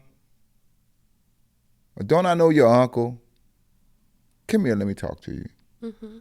And that way, you're gonna be better. You can better de-escalate something by saying that first before you say, "Put your hands down, be quiet. I'm running this. No, this is whatever." Instead of trying to be the man in charge, you kind of want to find out. You want to read the room. Well, and there's this idea that police are servants. They are there to serve and protect, and sometimes they can be more of like. And there is a level of authority, but it's almost like parenting. They say that parenting is like holding a bar of soap. Mm-hmm. You hold it too loose, it'll slip through your hands. You hold it too tight, it'll slip through your hands. And that there's this approach, whether it's as a parent or as a teacher or an officer or a coach, where you have to have, you can't be a jellyfish and you can't be a brick wall. You have to have a strong back and a soft front. Know who you're dealing with. Yeah, like you have to have boundaries and a backbone, but you don't have to be. You can be, listen, there's been guys who come in the store and I had to be aggressive. Mm-hmm. Hold up, this is my store. Assertive or aggressive? Aggressive. Okay. Because you have to be aggressive sometimes. Mm-hmm. I'm not telling them not to, but read the room. Mm-hmm. When they come in and they strong, hey, this and that, and hey, man, put that down. What are you doing? Mm-hmm. That's fine. But then again, you see somebody come in, this is just a couple mentally challenged people to come in there. My wife don't know. And one of them comes in, and you won't know it until they kind of start talking. Then you got to kind of, fill them out. And you hear them, and they don't, so you got to react differently. So he'll go through there and hold the freezer open for 10 minutes. Hey, man, close the doggone freezer up, man. But you say it with, say it. Yeah. Hey, you come in here every day. I ain't changed nothing. It's the same stuff. What do you want? But you playing with them in that way instead of being aggressive. But the other people come in, they'll be on their phone. And somebody might be disrespectful and they're cussing or they got the music on. And hey, cut that off. Yeah. All right? This is a store. All right, and then you got to say some stuff to get your point across, but you got to read the room. And these people don't get mad at me and lose respect for me or whatever. Sometimes they stop and like, okay, my fault, OG. Mm-hmm. And then they, or they, some of the girls. I had a couple girls that got mad at me, and that's all right. You don't come back because there's a way that I want this store. I want the store to feel a certain way. You've got to have boundaries. You got to have control over it. It's my business. It's my home. It's the people. So I got to have control, but I don't have to be a dictator. Yeah. You know what I'm saying? I can talk to these people on their level, and I can talk to, like I said, if I got somebody that's maybe be autistic or has a problem, and I just come in buying cigarettes. He's 20 some odd years old, but he's got a mind of a child. Or I got these youngsters come in that they think this facade of being hard and wearing the hoodie. I make them take your hood off before you walk to my door. Yeah. And they look at me and they take it off. So now I don't have to say it. I walk up to the door, they just, they'll take it off. But that's what you want. And what we're talking about as far as law enforcement, that's what you want. So when the guy come up and you're like, okay, man, you knew better than that. Whatever they need to do, because both of you guys are showing respect. And that's how you want to and govern that important part of a kid who has a mental challenge, who might not act right, but that's because, but you know them, so you can like. I can relate. I can understand. I won't. You don't make assumptions that they're being a jerk or something. No. You're like, oh, this kid has a challenge, and that's why. And that takes out, and that's what you want. So you could, when a police officer's down there walking, I think they said they want to have them kind of like walking around in there. When they see that individual, they don't feel threatened. I'm like, I know him, and they got to say that, but it's got to be the right people down there to talk to them. And that's why I said if it's somebody from Rock Island, from the Quad Cities or whatever, it makes a difference. Put them down there. Yeah. It'll help it out. It'll run a lot smoother. Yeah. And I think like from the time we were in high school, crime is way down. I mean, I think the 90s were kind of a high. That was kind of a high point. I was there down there in the 90s, yeah. I ended up leaving in 91 and going to Atlanta till right before the Olympics came in 96. And that saved me because I got a chance to go somewhere else. And it helped me too because you see growth in Atlanta. You see the big city. You get to do things. It was an experience that I wouldn't trade for the world because I seen people that look like me with money.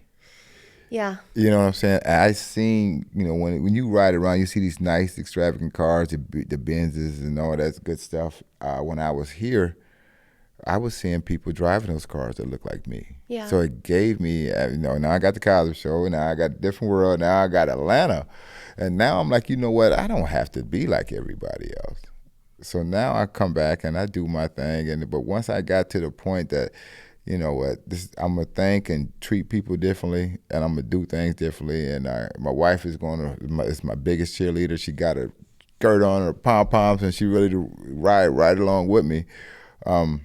Yeah, there's a way to live.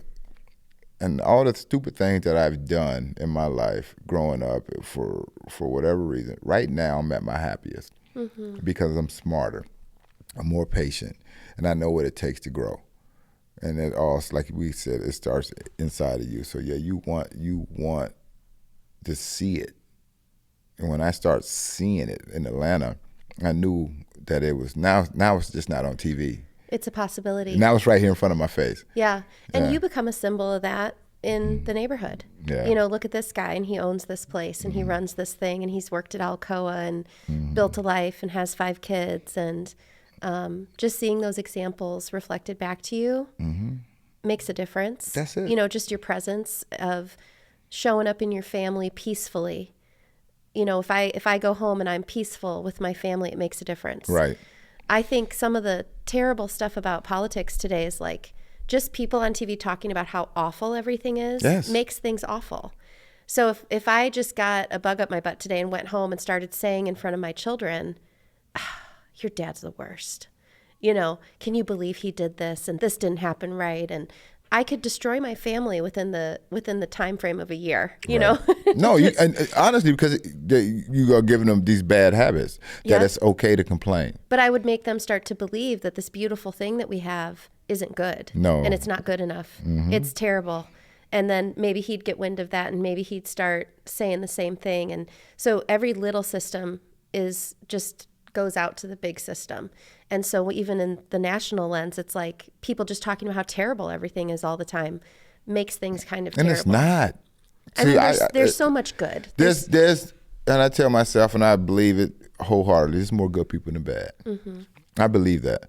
I believe there's more good people, there's more good energy than it is bad energy. And you just got to go find it. And if you put yourself, you got to, you sit out there. You sit out there and you, like my mother used to call me up and she used to complain about the neighbors and whatever, so on and so forth. I'm like, Mom, you can move. It ain't that easy. It is pretty much that easy. Or, you're going to have to learn how to deal with it, but I don't complain. Yeah. I don't like complainers. So my mother fixed that. That's why she loves me so much. She has to love me. She fixed that. She stopped herself years back and I'm not going to talk about that stuff with him. But it was something. It kind of changes your reality. Yeah, because she's not. Or one step further is the person who drives you nuts, that's your neighbor, to go out and say, are you all right? Like, do you need something? Do you need help? That's what happened, I think, too, because she got sick. The neighbor got sick. And I'm crazy about the neighbors. I've always been. I'm just that guy. And she's an older woman. And as soon as she got sick, my mother called me and said, I think something's wrong with her. And you might want to come check out and make sure what's happening. So even though she was complaining about she realized she actually loved her. She actually loved. That's her neighbor. Yeah. You see what I'm saying? But it was just the point of having that right there was, I don't know if it's your entertainment, but it was your habit. Yeah. So we broke that habit right then and there. We started, we were not going to complain about these people no more. They are who they are. Yeah. Let them be who they are. And I got love for them. And now it seems like you have love for them too. Yeah. So that's about the bad things. Sometimes, and I said this on the podcast that I did last week, and I'm just curious about your take, but let's say that I got to be in charge tomorrow, and you think about how to do policy at a national level and for states. You know how we have all these programs like EBT, SNAP benefits, child care subsidies, temporary assistance to needy families, Medicaid. We have all these social programs.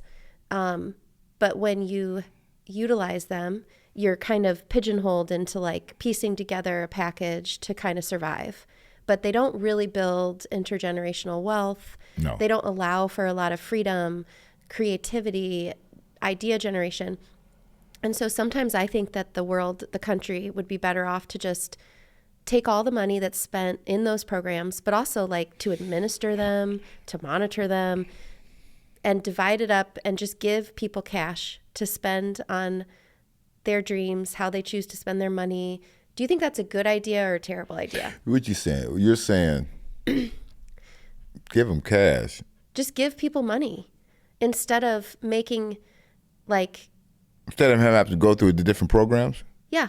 Like you'd have a card, maybe it would be a card, but it would just be loaded with cash and you could purchase the food that you want. You could pool your money to start a contracting company to redo houses. You could, but like, how would you choose to give people money? They have to fall under some type of criteria, right? Well, I don't know. So partly what I would think, this is like, would be a whole different way to do our society. But maybe you would move more toward like a flat tax. And you know how when you make money, you have like a progressive tax. So whatever your income is, you pay like a percentage. A percentage of what you make, yeah. Yeah. Every 3 months, I know. Maybe you eliminate a lot of the loopholes. So like super wealthy people don't have to pay taxes. And you just do a flat tax. And then you look at the federal government doing defense, like foreign wars, interstate highways, like all the big things that the federal government does. And then you take all the profit from all the tax revenue you collect and you kind of give back an equal check to everyone in the country. So it's like this big corporation, and we at the end of the year or maybe quarterly or whatever it is that you invested in there now at the profit, profit sharing. Yeah. And you're giving it back to the And so if you make a lot, that profit share would maybe be nothing. You could even put in there, check off if you don't want it, and it could go back to the whole pool. That's different because right now you don't know what people are going to do with money anyway. Excuse me. And you're saying, so everybody gets this cash. We're all part of this America. Like the people who are super wealthy in America can't be wealthy without us. Right. Amazon, Oh yeah, we're the consumer. Yeah, we buy everything. Yeah. That's how they get the money, right? So we're just this social thing that we're all together. But we program to work, right? So we got these jobs. They don't want us to be bosses. Yeah. Because they lose money. They don't want us to. If we get more people to think independently and say, well, okay, I want to do my own thing and I want to try this out, it'll be different. But it's more, you get up, you go to school, 8 hours. You get 2 breaks. You get your recess in the morning, you get your lunch, then you get your recess at night or whatever until you get into high school. And then once you get out of high school, you go to college, and then they kind of water it down so you can get some sort of paperwork so you can get a job in a specific field. But the thing is that they want you to get a job.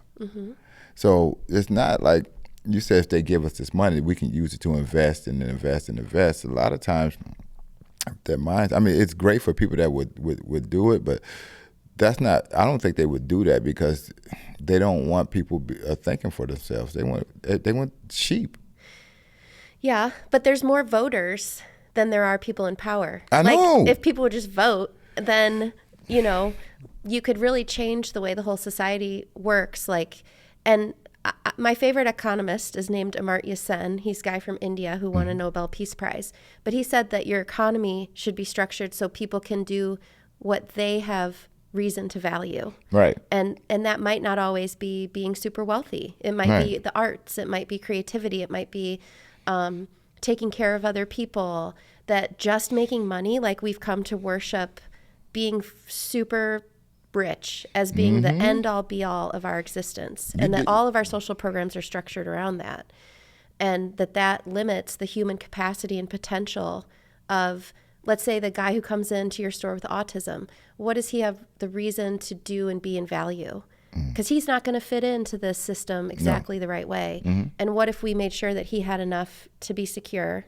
That'd be great. And then to be open to, like, what is autism? Like, brains must be evolving, but they don't fit in to the system right now, and how you might unlock potential by, I don't know. Yeah.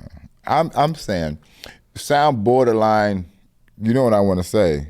Crazy? No, communist. Because if you think about it, how they do it, everybody has a job. Nobody's more important than everything. There's a system that they run by.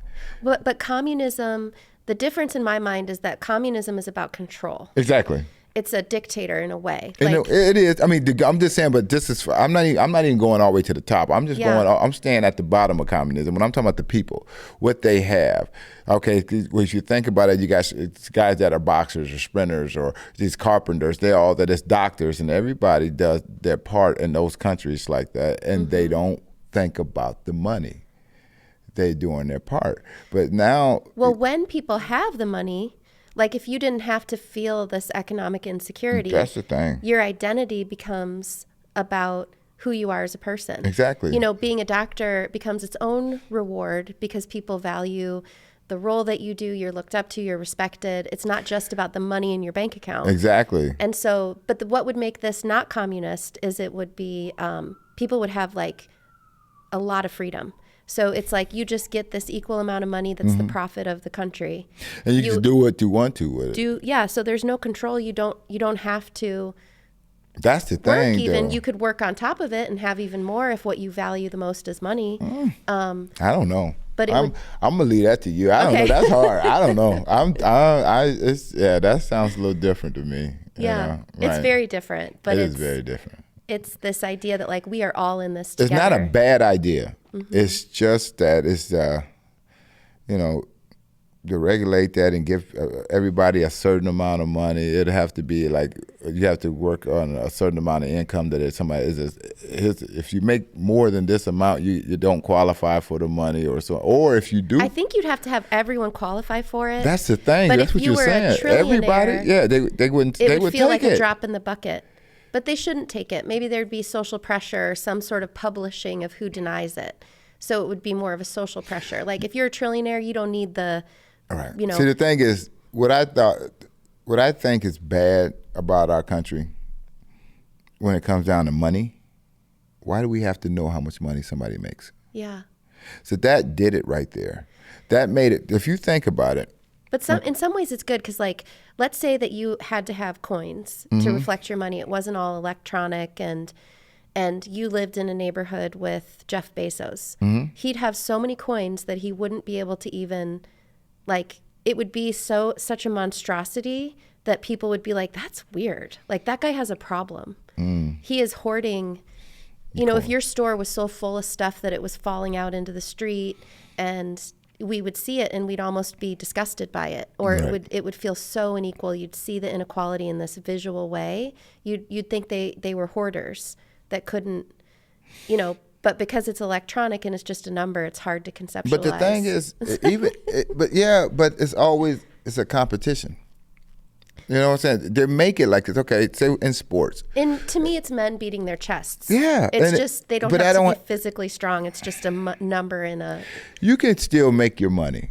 I don't understand why does it have to be publicized? Yeah. That's all I'm saying. I'm not saying you can make all the money that you can, but let's say, okay, this guy just got the highest paid contract in football history. Well, that right there is now the next guy wants the highest paid contract in football history. So now you're going through this, but if you just, if he got it, let's not say it. Because then you're putting the pressure on the world. Now everybody knows that this guy, he just got a $100 million contract, and they think that, okay, wow. What is that? And what does that reflect back to us? Like, is he a better person now? That's what they're doing. Does he have more value? There you go. Is he going to have a better quality life? Is he going to be more in love with his partner or have more joy with his children? Like, money is so stupid in some ways. Like, we need it. I'm a capitalist. I'm with you. But also, it gives children and young people also the wrong idea about that. Then you made it. You made it. I don't think about money, and I told my kids that, and I was like, me and my daughter had a conversation. I said, once you stop and you take the value away from it, it becomes plentiful. You won't go there and I gotta count it. You won't have money problems. You're doing what you're supposed to be doing. You got what you're supposed to be got. You got your job. You got whatever you need to make money or whatever. But now you're taking care of yourself and your family. Whatever. I guess when I got the job at Alcoa and I had enough money to take care of myself. Me and my wife both worked there, so things got good at one time. But it took a lot of pressure off of us, and that's different.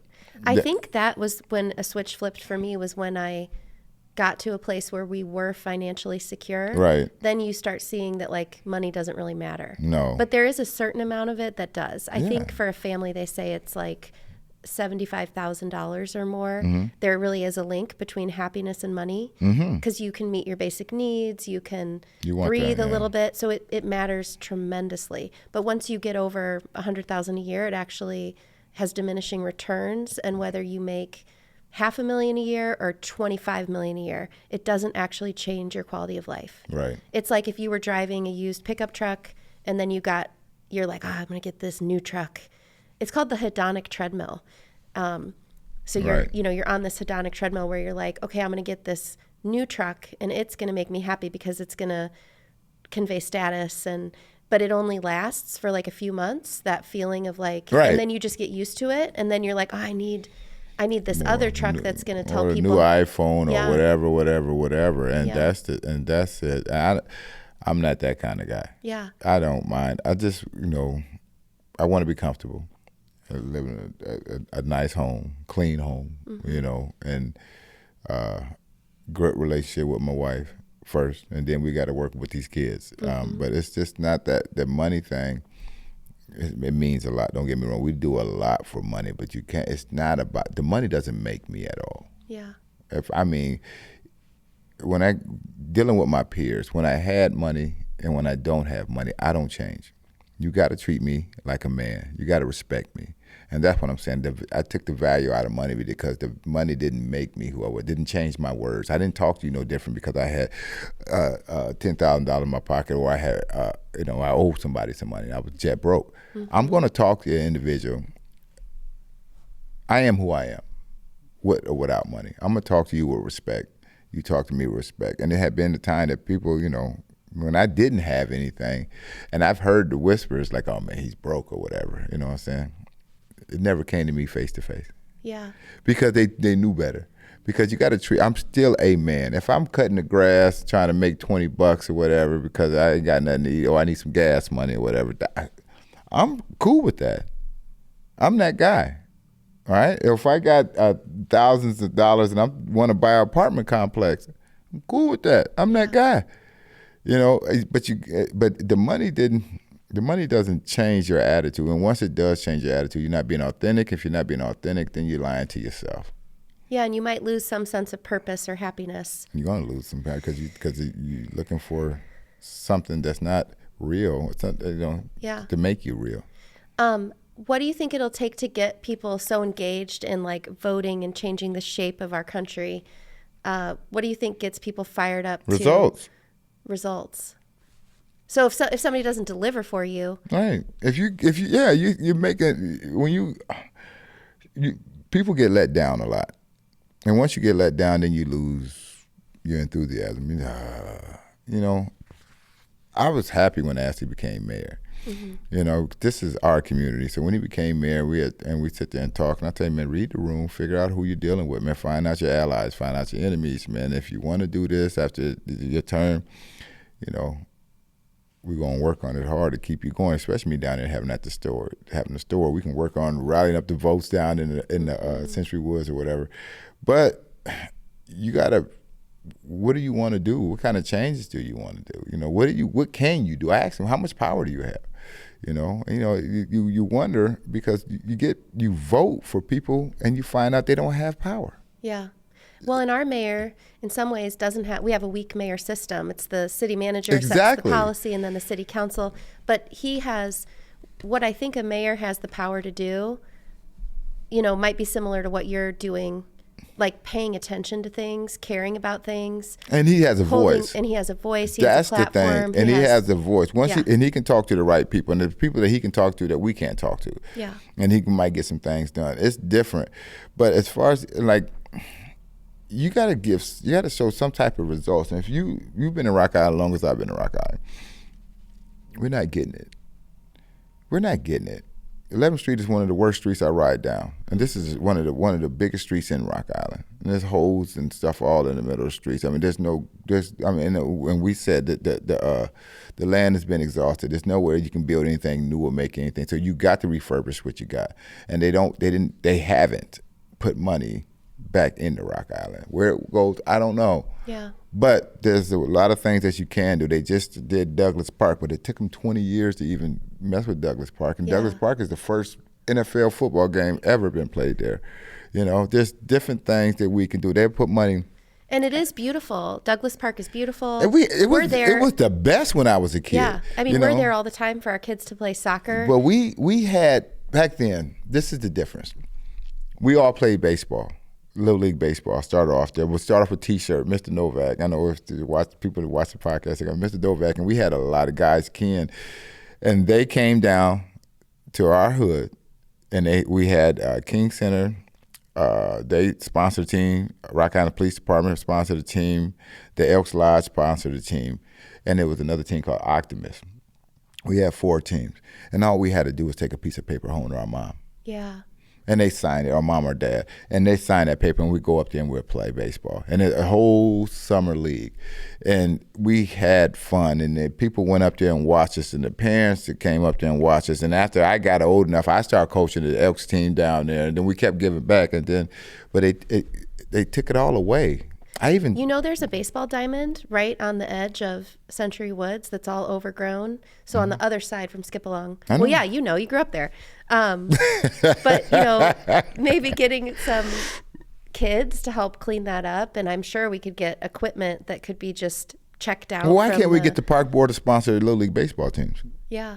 They got it up this park. They're sponsoring the whole Douglas Park thing. Yeah. Why can't we get these kids and start them off and have sign up right before school lets out, before summer break, and have them sign up right there in school, and then meet down at the park, give us the Green Store will sponsor a team. Yeah, I'd sponsor a team. Yeah, so, I'll buy all the equipment for them, whatever they need, but it's easier said than done. I've tried it for years down there. Yeah. I've talked to the park board. I talked to when Schilling was the congressman. I talked with Schilling.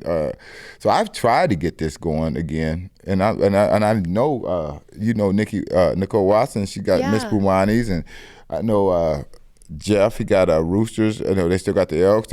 We got people that'll sponsor teams and stuff like that. And that right there is just something to get these kids something to do. They can put the phone down for a little while and get out there, get dirty, learn how to slide, learn how to catch a ball, pitch or whatever, and do the same thing. They got the Pee Wee football league, which I like. I know Rock Island has a Pee Wee football league, but you gotta start young. You can influence the older ones.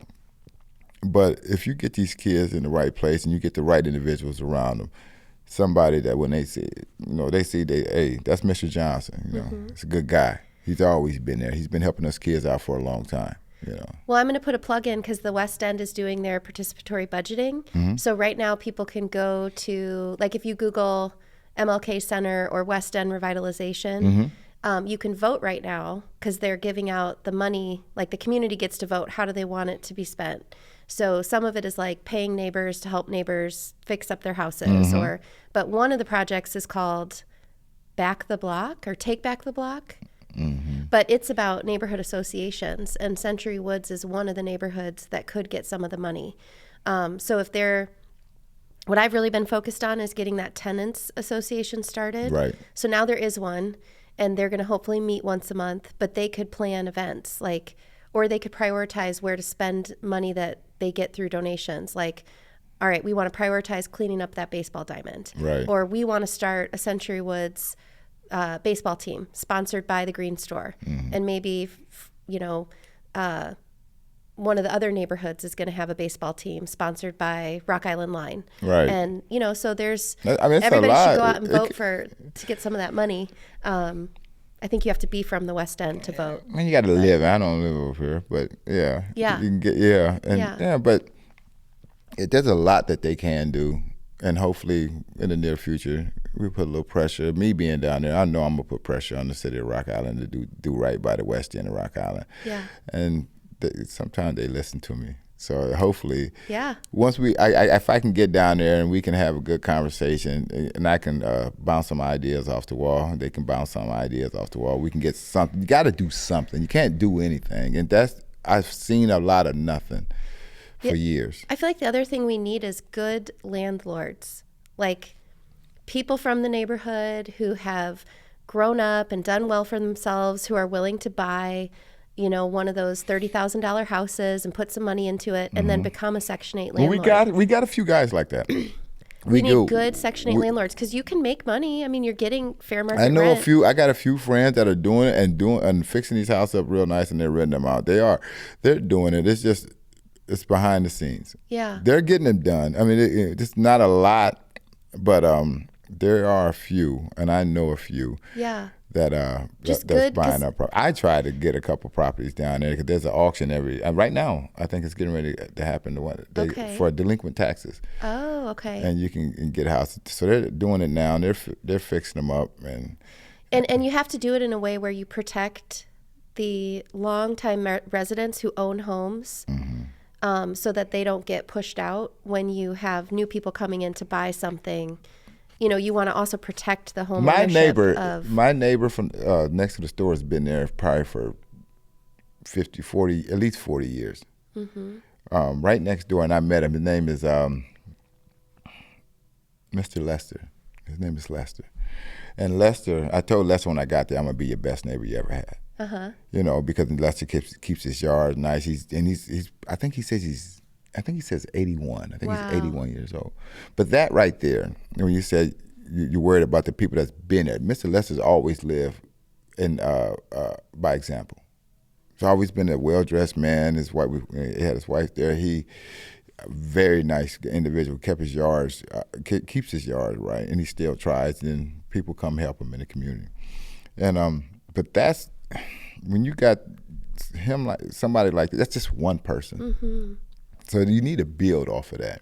And that's what I told him. I want to build with you. Since you've been here for a while, I want to be right next to you now, and I want to do the same type of things you've been doing for the last, having character, structure. Yeah. He's yelling at us when we was in the 90s, I know.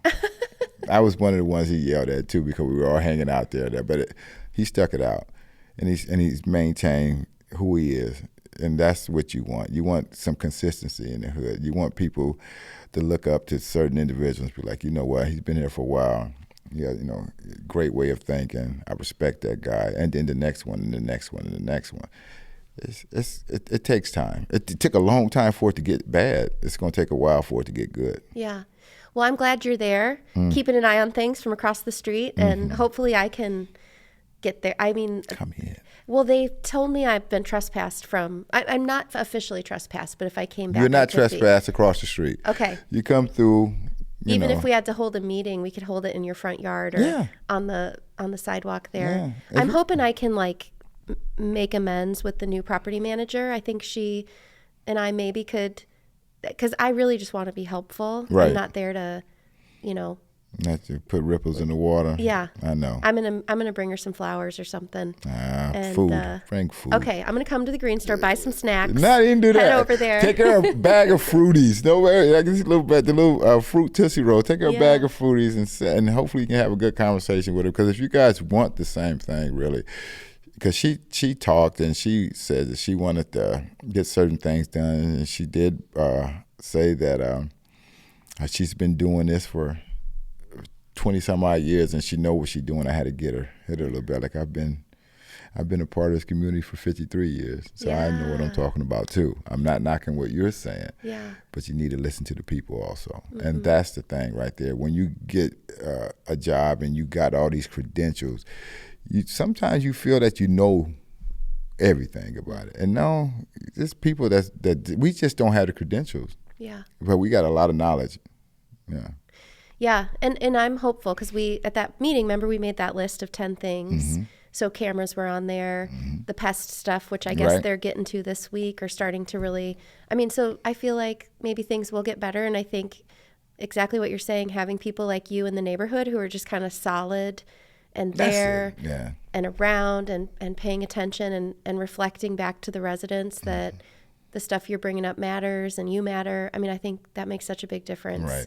And having Ashley's back and knowing that he'll, be supportive, that makes a difference. Yeah, this is a new journey for everybody right now, especially a new one for me. And me getting out here and interacting with the community and I'm watching kids grow. Yeah. I'm watching kids. So it's a lot. It's a lot, man, to take in, but I'm glad to be a part of it. Yeah. My wife is glad to be a part of it. Like I said, we're glad just to be there and to have a meaningful conversation. It's not just, you're not just coming in the store and getting what you want all the time. Sometimes if I see it and I feel your energy and you coming in, I got people crying and people have problems with the kids or whatever, I might hold you down for a minute and tell you, take a deep breath. I got a chair that I have right by the door. Have a seat. Yeah. And just sit down for a minute. And they sit down with an elderly person that's out of breath and come in and she's tired. Have a seat. Get you a bottle of water. We'll sit here for a minute. Those things mean a lot more. And then when you can make change, a bigger change in the community, but the little things started off. The relationships make things work. I love it. I'm so glad you're there. I'm so glad you came and talked to me today. This was nice to get to know you and and hopefully you can do more business in Rock Island or start another thing or, who knows, but part of really powerful development is having partners like you and your wife's business that are not what Thurgood would call extractive, which means you come in, you make your money, you leave. No. It's the type of business where it's like, no, I'm a part of the community. I do more than just make money here. I pour back into the people. You see, I didn't focus on the profit or whatever. No, you don't, because that's not the most important thing. Yeah, I need to keep the lights on and keep the stuff filled up. But these folks, they don't have transportation. Right. Right. They don't have.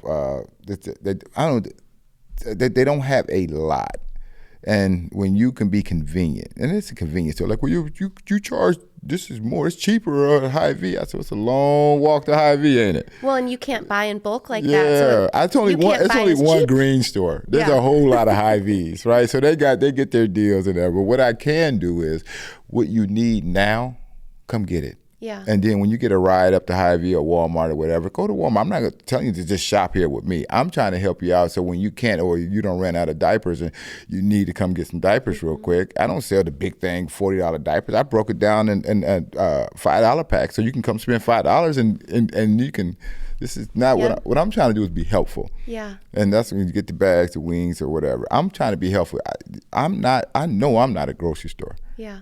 I'm just a neighborhood convenience store to try to help be convenient for the people that I know that need it. It's a what they call it, a food desert down there. It is. And they have to walk all the way up to 11th Street to get a soda pop. That's not right. And it's been here for a while. And now I just to be different than the previous owners, I want it to look good. I got a way of doing things, and I do things differently. So when they get the new siding and the new windows and they come through and the new fence around it, they're going to be like, whoa, green store doesn't change. But it's still the same energy. Yeah. Yeah. I love that.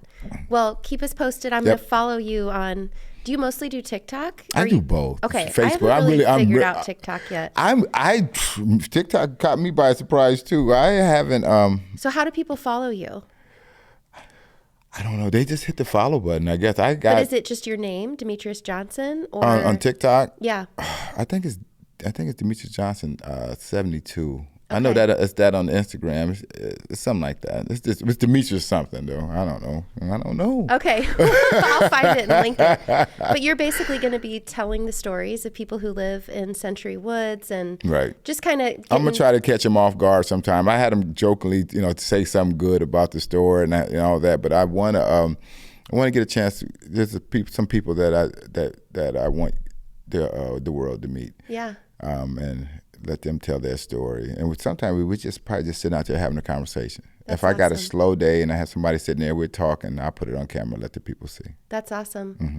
I'm looking forward to following it. And thank you so much for coming and talking to me today. It was a real treat. And I'm sure I'll see you around the neighborhood. This is my first ever interview podcast thing like this. So Okay. I hope I did okay. I think you did great. All right. Well, thank you for having me. I really appreciate it. Yeah. We'll be seeing each other at Century Woods. Definitely will. So, Definitely okay. will. All right. Sounds good. All right. Thank you. You're welcome.